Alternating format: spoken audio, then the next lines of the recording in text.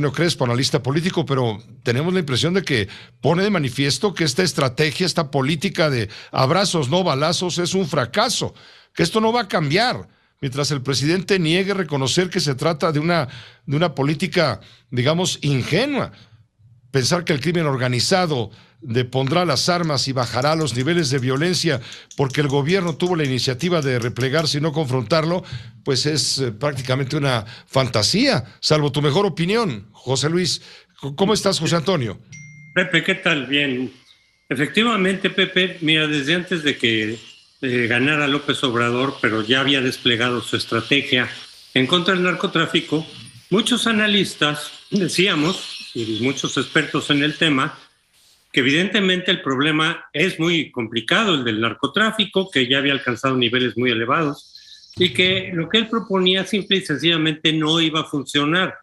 Por un lado, precisamente, abrazos, no balazos. Por otro lado, darle beca a muchos jóvenes para que no se incorporaran a las filas del narcotráfico, que es este programa de becarios, no sicarios.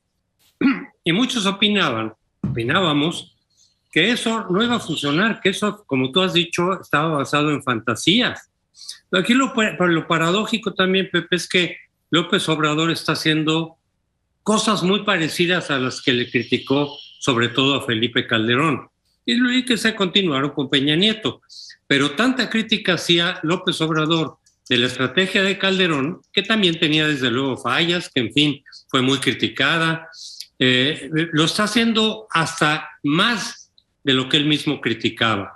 Por ejemplo, pues criticaba la participación del ejército en la seguridad, y ahora tenemos al ejército metido no solo en la seguridad, sino en muchas otras actividades que los distrae de la seguridad. Y él también había dicho de una Guardia Nacional, que en principio sonaba bien. Sí hizo la Guardia Nacional, pero también está dedicada básicamente a otros menesteres, muy distintos a los de luchar contra el narco o limitar al narcotráfico, evitar estas masacres, etcétera. El número de muertos ha superado al número de muertos derivados de la violencia de Felipe Calderón y de Enrique Peña Nieto.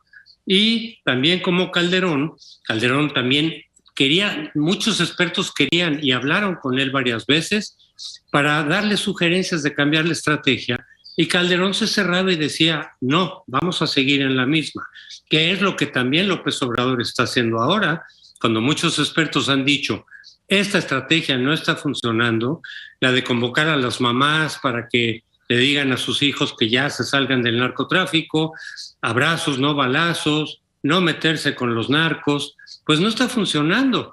Y de hecho, la violencia entre los cárteles pues sigue incluso elevándose. Es un hecho que el crimen organizado no va a desaparecer por arte de magia o por un buen discurso presidencial.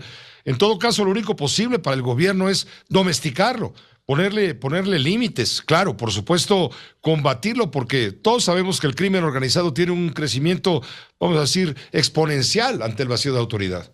Así es, Pepe, y al menos ahora ya reconoció, por lo menos hoy en la mañana, que sí hay masacres en su gobierno, porque hasta hace poco se burlaba de los medios que decían, pues llevamos tantas masacres en este gobierno, masacres como la de ayer precisamente. Bueno, y él se burlaba abiertamente en la mañanera, al menos ahora sí reconoció que se trata de una masacre, pero la justificación, la explicación que él da, también se parece mucho a las que daba el gobierno de Felipe Calderón, es decir, se están matando entre ellos.